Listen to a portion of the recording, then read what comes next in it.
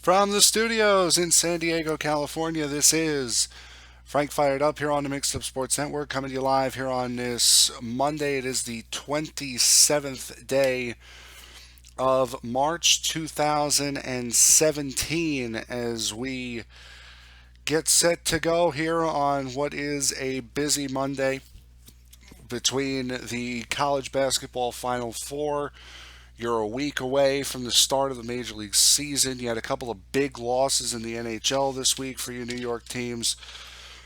But first, we get to the national story that's kind of dominating the world of sports right now, and that is that the Oakland Raiders will no longer be the Oakland Raiders after 2019. They will be the Las Vegas Raiders. That made official this afternoon.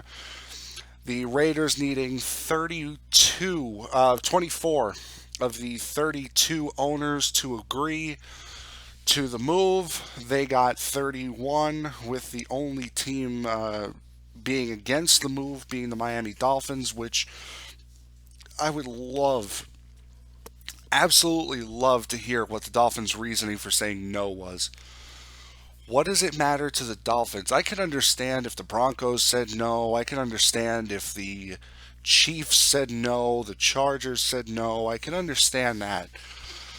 But to the Miami Dolphins, who I can't remember the last time they played the Raiders, that was too much for them. They said nope, nope, nope. The Raiders cannot move. It's I really don't get it. So as I said, 2020 will be the year that the Oakland Raiders become the Las Vegas Raiders. That's when they're expecting their stadium to be finished.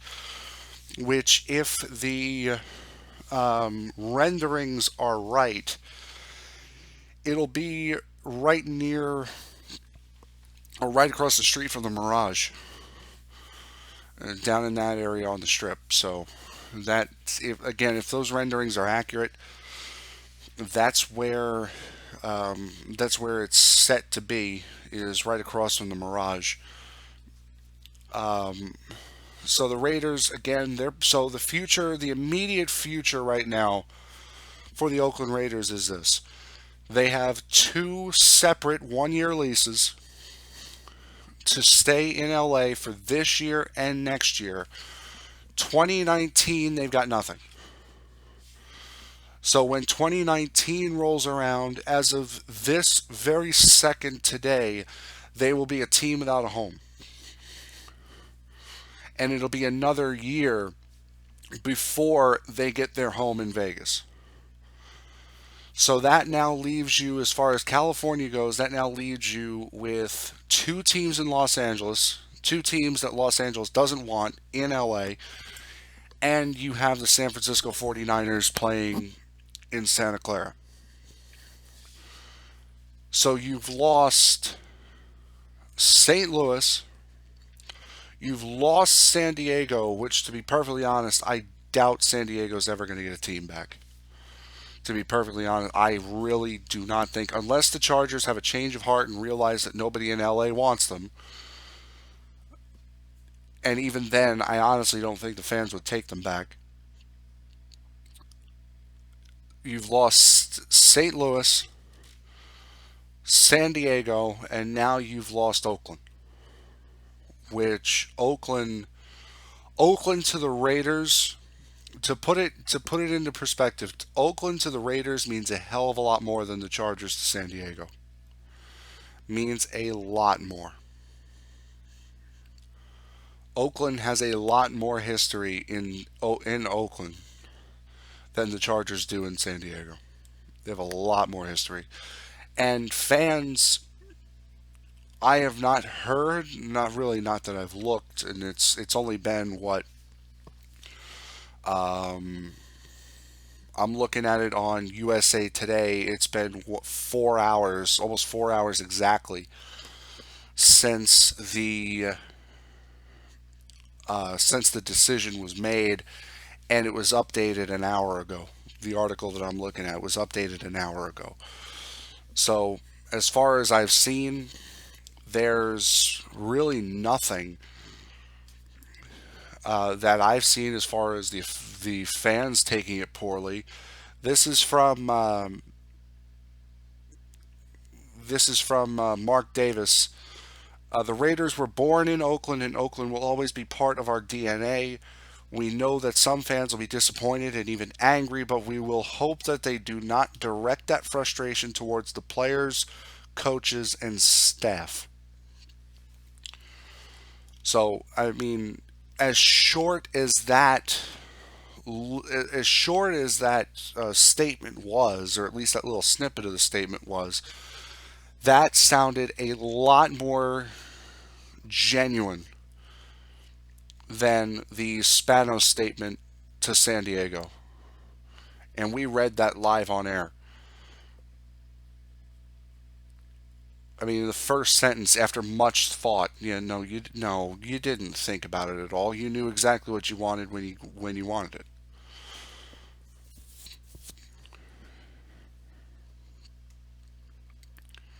So now, where does this leave Oakland? Right now, it leaves that stadium, which is an absolute dump, to the Oakland Athletics solely. So now, if the Athletics want a new stadium or feel as though they need a new stadium, now it's on them. And I think now that they don't have to worry about whether or not the Raiders are going to come with them, I think it could possibly be a little bit easier for them. That and a baseball stadium, I would shudder to think, is going to cost more than a football stadium, depending upon the amenities you want to put in there. But I have to figure it's not going to cost nearly as much as the football stadium's going to. This stadium that the Raiders are going to be playing in is going to cost Vegas 1.9 billion dollars. And like I said, this now should, if Oakland has the money, if Oakland decides to go through with this, this could be the move. This could be the key thing that the Athletics need to get a new stadium built in Oakland. Because, like I said, now they don't have to worry about it being a multi use stadium. That is the last multi use stadium between football and baseball left in this country. No other team has a multi use baseball football stadium except for those two. Now, Oakland will get their own purpose built stadium. The Athletics are going to be left with the Oakland Coliseum, and maybe, just maybe, they'll get their own place now. So it's a good day if you're a Raider fan. Well, it's a good day if you're an Oakland Raider. It's a bad day, most likely, if you are a Raider fan and did not want to see your team leave. Of course, I'm sure there will be more on this as as the days go by. But right now, it is official. It is official with 31 of 32 votes. The Oakland Raiders will now, as of 2020, will be the Las Vegas Raiders. We'll take a quick break. We'll get to the NCAA tournament. When we come back, you're listening to Frank Fired Up here on Mixed Up Sports Network.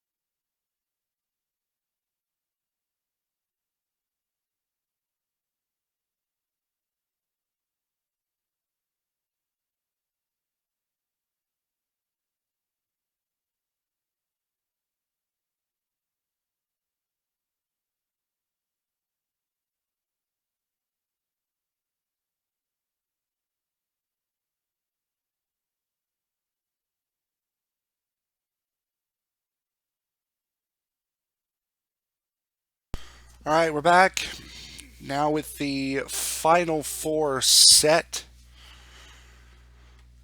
After Gonzaga steamrolls Xavier, Oregon comes out on top of the Ducks. I'm sorry, Oregon comes out on top of Kansas.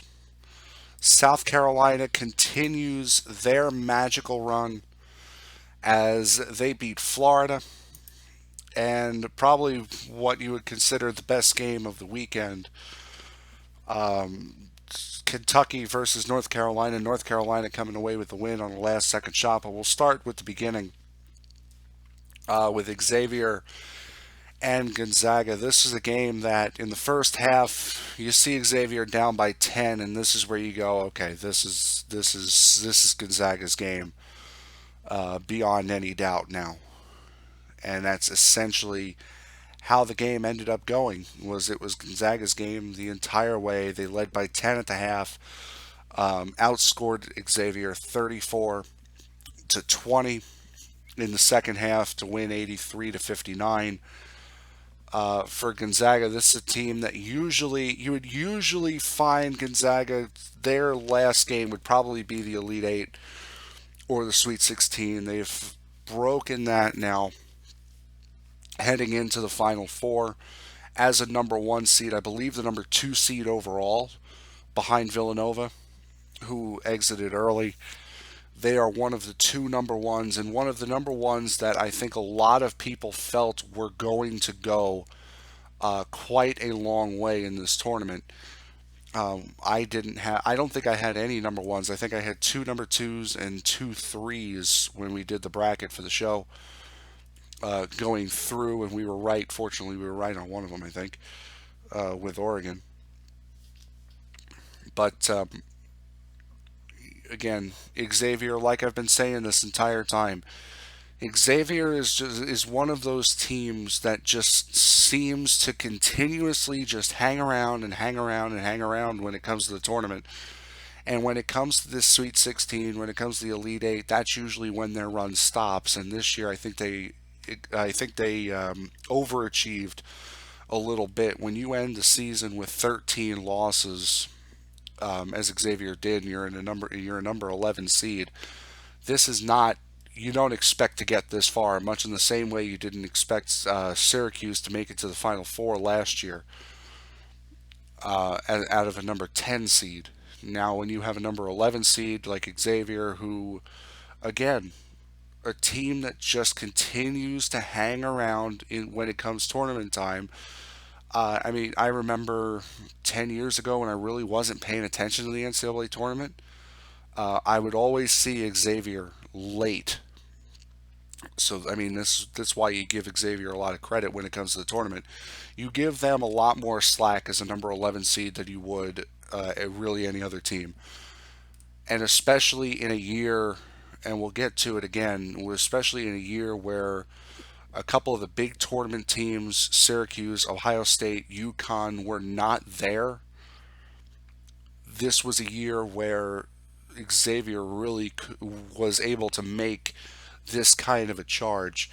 Unfortunately for them, it does stop in the Sweet 16. Now you get to probably the surprise of the weekend, which was Oregon over Kansas.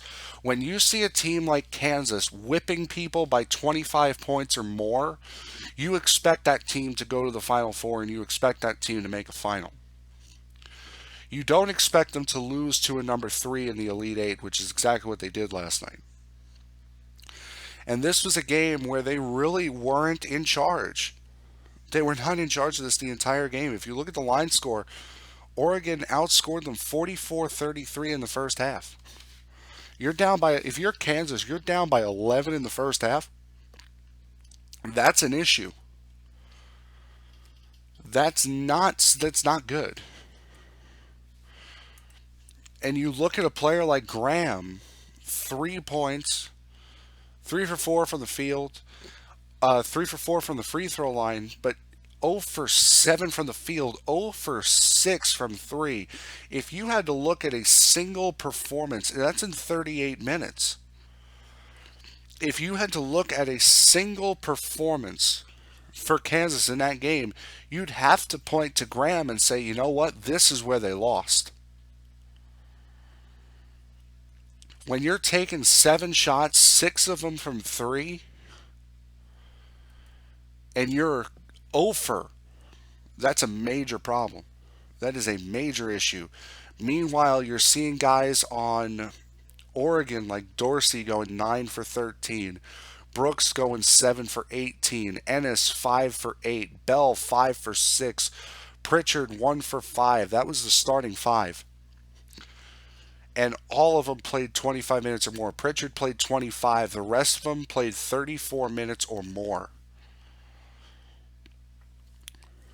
And they shot either at, except with the exception of Brooks, shot at or over 50%.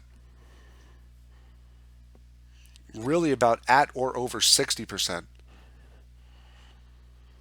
from the field. It was not a good shooting night for Kansas, and that really does come as a surprise, especially when you're talking about a team that was just straight up whipping people earlier in this tournament. When you see the powerhouse that Kansas has been, the unstoppable force that Kansas has been in this tournament,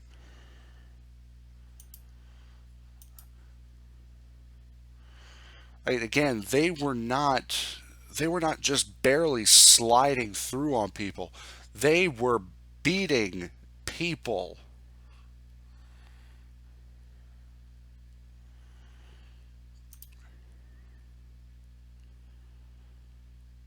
They were beating teams down.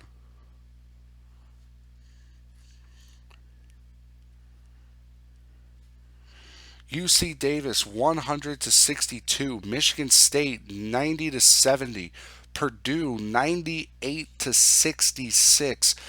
And then you pull up a 60-point performance when your 3 performances prior you were at 90. Gave up the most amount of points you've allowed all tournament and scored the least by 30 points. Scored the least you had all tournament. That is a major, major breakdown for Kansas. Then you get to South Carolina, Florida, which, I mean, what else can you say about South Carolina at this point? They have had a big tournament. They are the Cinderella team this year. This is a team that, again, a lot of people, I know we certainly did, um, wrote them off, saying, "Really, this is a football school in a football conference getting this far into the NCAA tournament. This is incredible." You see them beat a number two Duke, which again, I would agree with a lot of people saying that that was the weakest number two you could have possibly had. Baylor, beating Baylor by 20. You beat Florida by 7. They're going through this run. I think it stops with Gonzaga, but they have had an incredible, incredible run through this tournament. Then you get to Kentucky versus North Carolina. Down by 5 going into the half really is not a big issue. Kentucky, you get the 3 to tie the game at the end, and then this is where Calipari thinks he lost the game. Calipari in the post game interview said that after the game tying 3, he should have called a timeout. And maybe that would have given his guys a better chance. Now, I would tend to agree with that. Let the emotion of the shot die down a little bit. Get your team refocused. and get them ready to make a big stop on defense. But the other side to that is the Bill Belichick side to that, which is they have enough things to worry about now coming down the court in North Carolina. They had to worry about the play they were going to run. They had to worry about who was taking the shot. They had to worry about who was going to get where. They had to worry about positioning. They had to worry about formation. They had to worry about the defense. You know what? Let's give them the clock. Let's give them the clock to worry about also. Let's put them on a time limit. They're trying to get back on. They're trying to get on offense, and try to make a game-winning shot on the fly. You know what? Let's let's give them just one more thing to worry about. Not take a timeout. Let them worry about the clock. Don't give them a chance to set up a play. You know what? I agree with both trains of thought. On the one hand, you want to get your guys focused, but on the other hand, you don't want to give them time to set up a play to possibly get through your defense. And this was a prayer shot.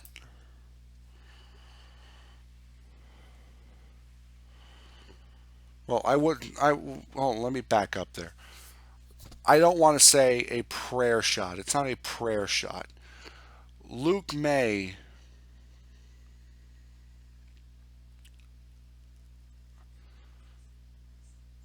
makes this shot. The kid is a walk on. It's a great story. Is this kid going to play in the NBA? No, he's not going to. Is he going to have this moment forever? Of course he's going to. And it's going to be the moment that gets North Carolina into the Final Four again.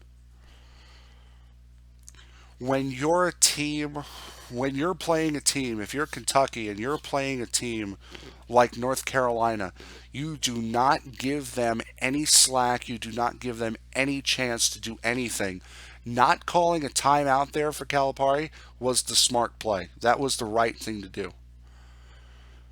Because if you give North Carolina a chance to run a play, they're gonna run you out. Giving them a chance to run a play is probably the worst thing that they could have done. And Kentucky, now Calipari admitted, he said that I wanted to run, and just as the words timeout popped into my head, North Carolina inbounded the ball so daggum quick that I couldn't even say it.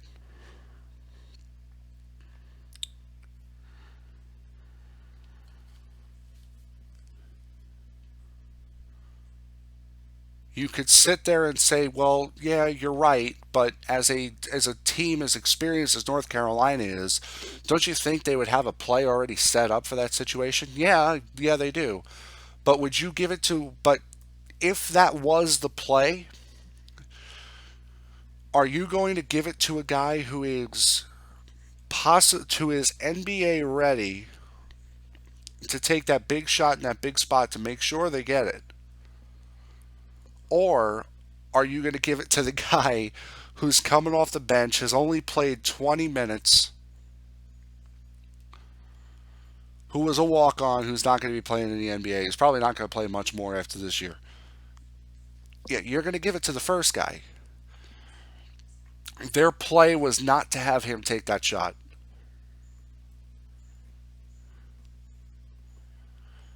Fortunately, though, for him, it worked out. Fortunately for North Carolina, it worked out.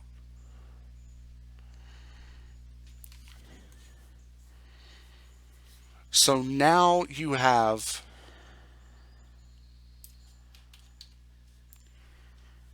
the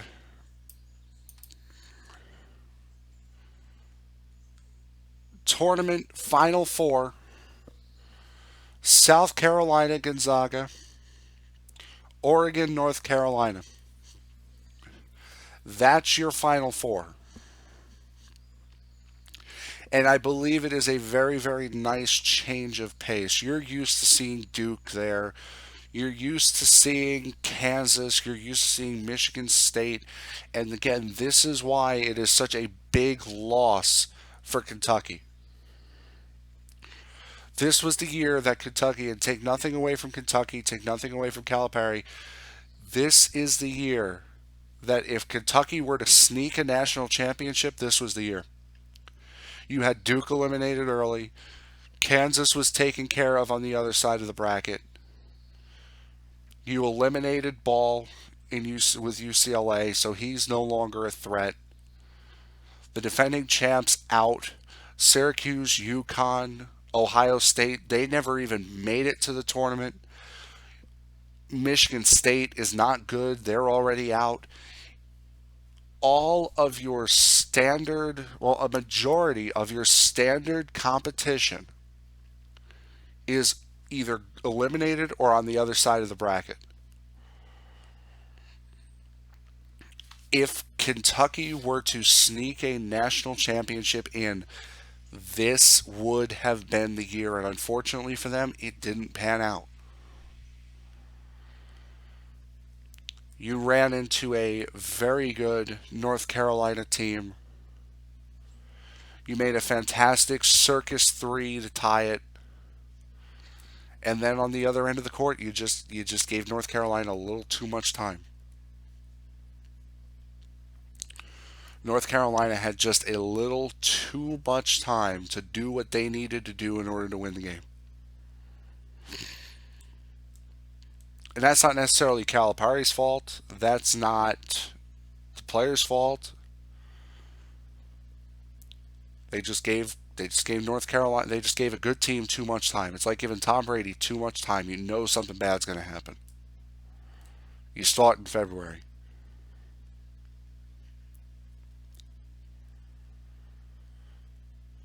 This year, I would have to assume that this year is going to come down as a big disappointment for Kentucky.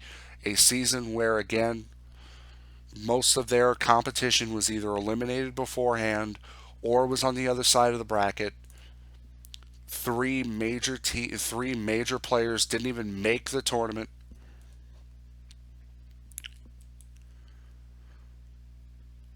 You had really, if there was a year you were going to sneak in and sneak out a win, this would have been the year, and they came up short. Elite Eight is nothing to scoff at, but when you know you probably could have had more, it just hurts a little bit. So again, that makes Saturday the important day. Saturday at 6:09 will be South Carolina Gonzaga. Then you have at 8:49. Both games will be on CBS. You have North Carolina, Oregon, two West Coast teams too. That one's interesting. You have two West Coast teams versus the two Carolinas. So there you go. I'm assuming my prediction, and I will give you official predictions on Friday. My prediction is one of the two makes it. One of the two West Coast teams makes it. One of the two Carolinas makes it. That would be my guess. We'll switch gears to baseball and we'll wrap up the program when we return. You're listening to Frank Fired Up here on the Mixed Up Sports Network.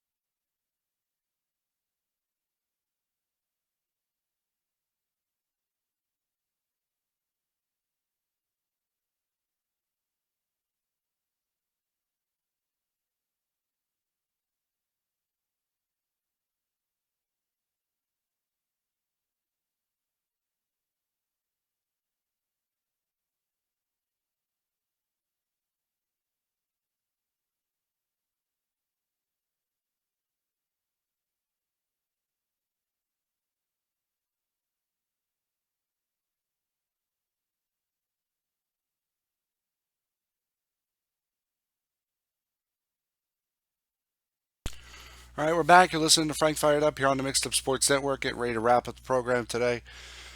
Um, Really quick, just to catch you up on the NIT bracket. The NIT is in the final, their version of the Final Four.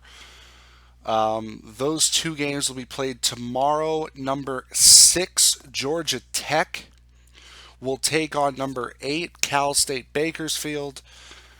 On the Region 1 2 side of the bracket. On the Region 3 4 side of the bracket, number 4, University of Central Florida, will take on number 4, TCU. So that is your final four for the NIT.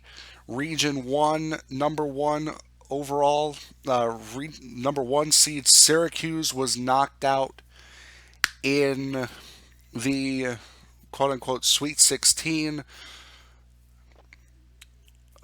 Cal Region 2 number 1 seed Cal was knocked out in the first round.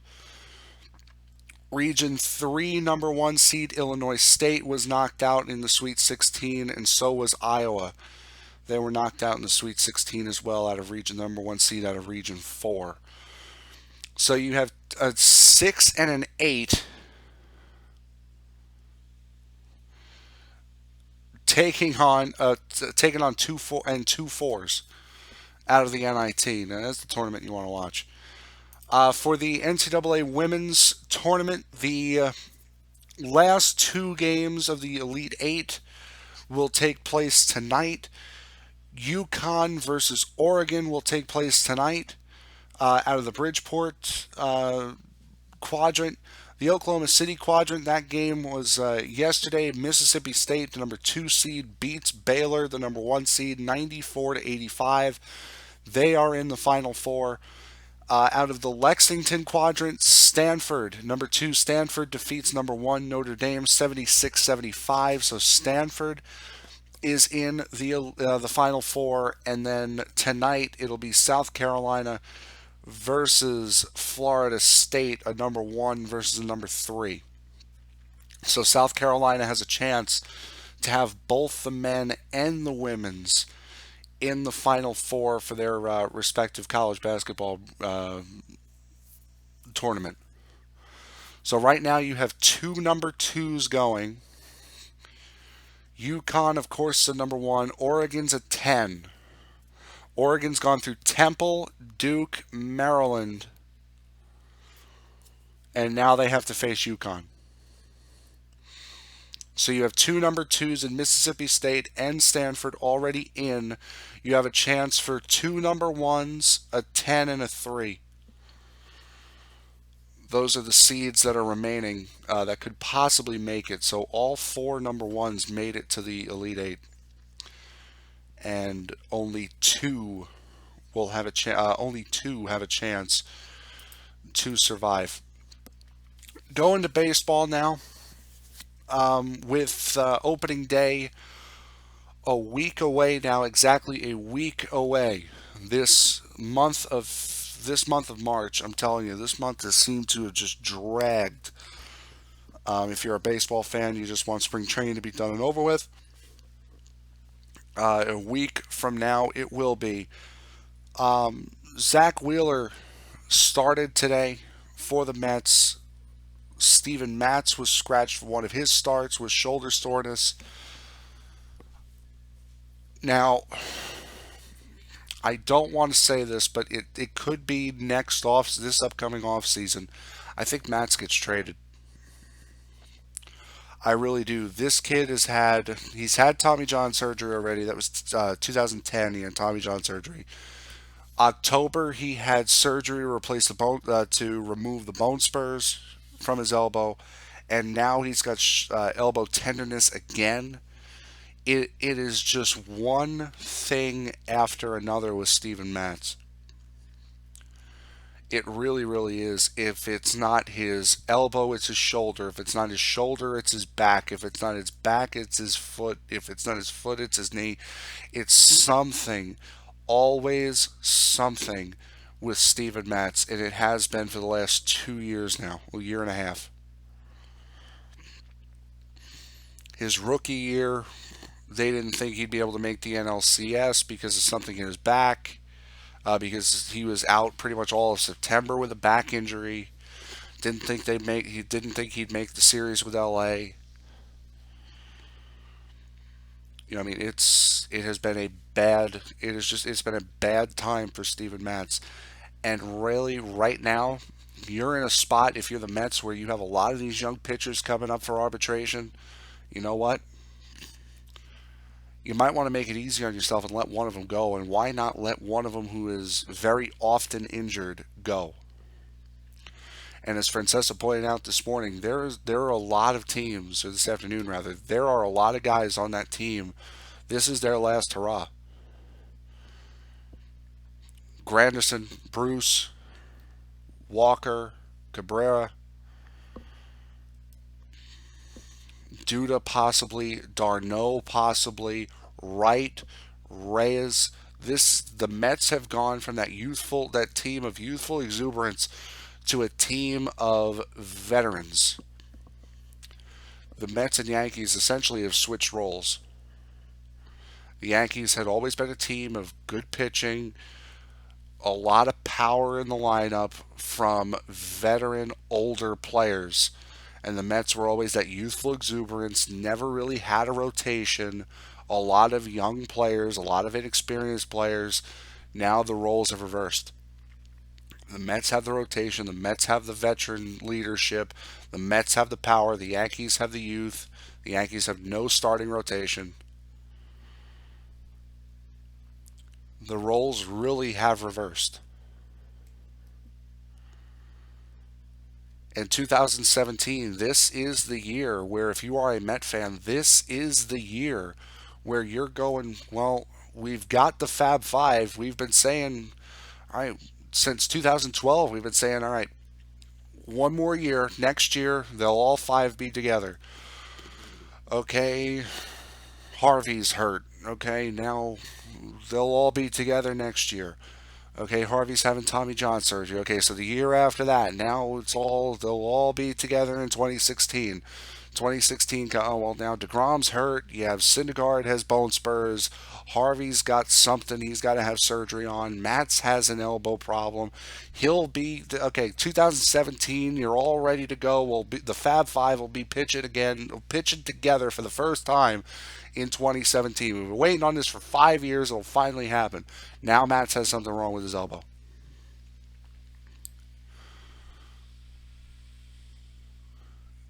It, this is you'd have to think this is the last chance for those five pitchers to pitch together, which means now you'd have to expect the rotation to be Syndergaard, DeGrom, Harvey after he threw 97 yesterday. You'd have to expect Harvey to be the number three. I would assume that really it's a toss up between Wheeler and Gazelman who pitches number four, and whoever doesn't get four is going to pitch number five. I would have to assume that Gazelman's going to get four, and Wheeler's going to get five, and Lugo's going to be the long man out. If one of those guys gets hurt or has to skip a start, then Lugo's in. That would be my guess as to what the Met rotation is going to be. I couldn't tell you what this lineup is going to look like, and to be honest, Terry Collins can't tell you either.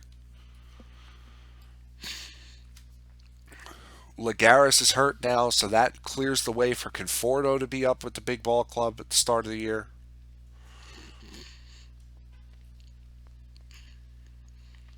It's an interesting team. It really is. Then you go to the Yankees, who again have the youthful exuberance, the youthful experience, the youthful drive, with no starting rotation behind Masahiro Tanaka. Tanaka's in a contract year, so you know he is going to be lights out. Sabathia is going off of memory. Pineda is Pineda's like Seattle weather. It's so unpredictable.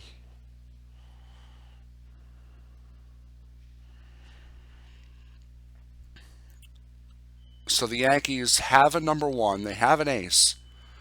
They have a very inconsistent number two. They have an aging, depleting number three. They don't have a four or a five, but they've got a bullpen.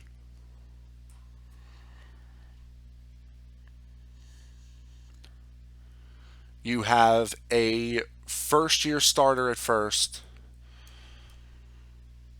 Starlin Castro at second, no shortstop right now that you don't know who the shortstop's going to be, a veteran third baseman, a first year starter catcher, Gardner in left, Ellsbury in center, Holiday in right, a DH that strikes out 1,000 times.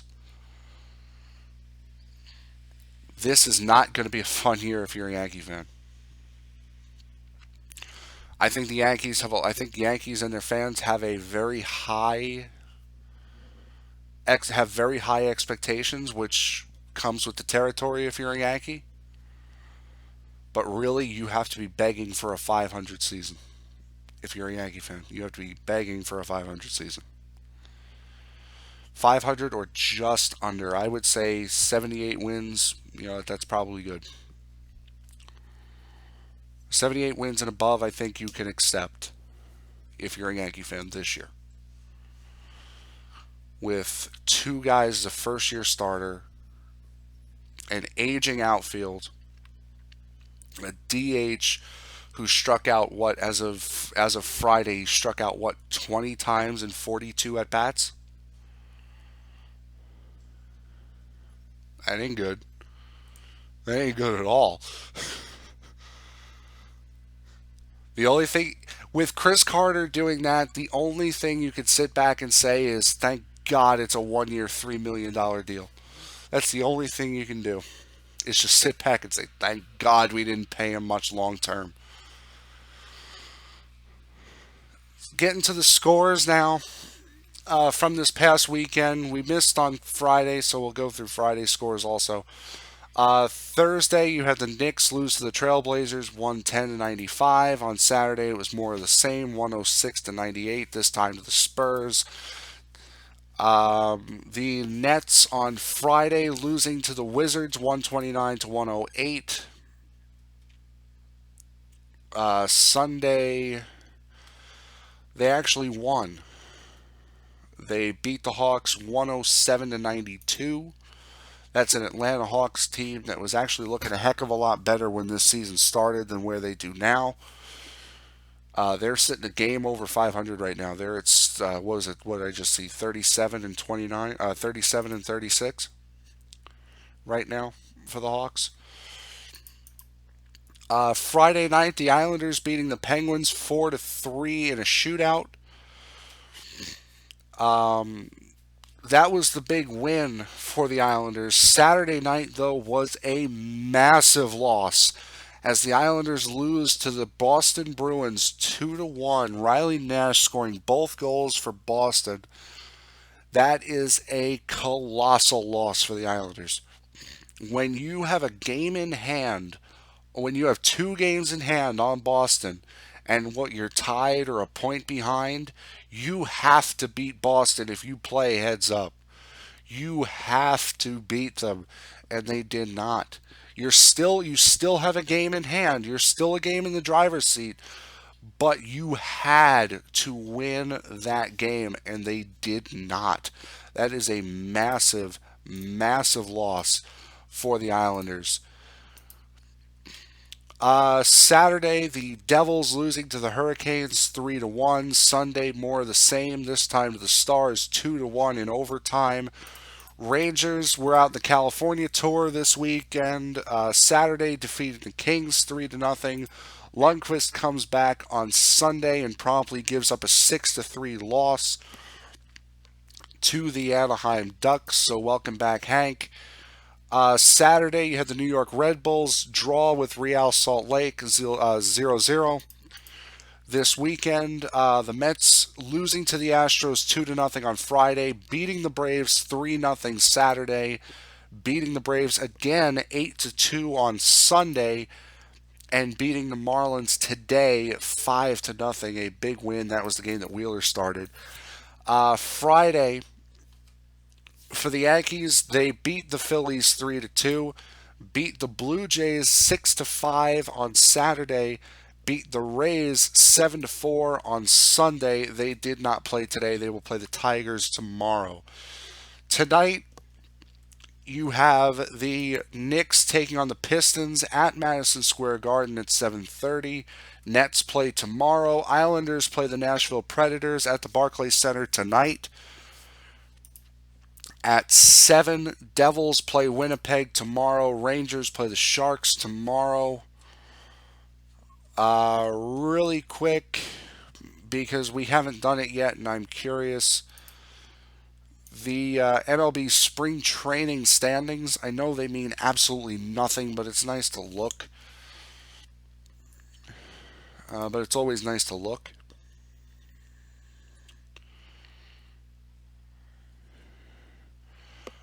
The Yankees leading the Grapefruit League with a record of 22-7.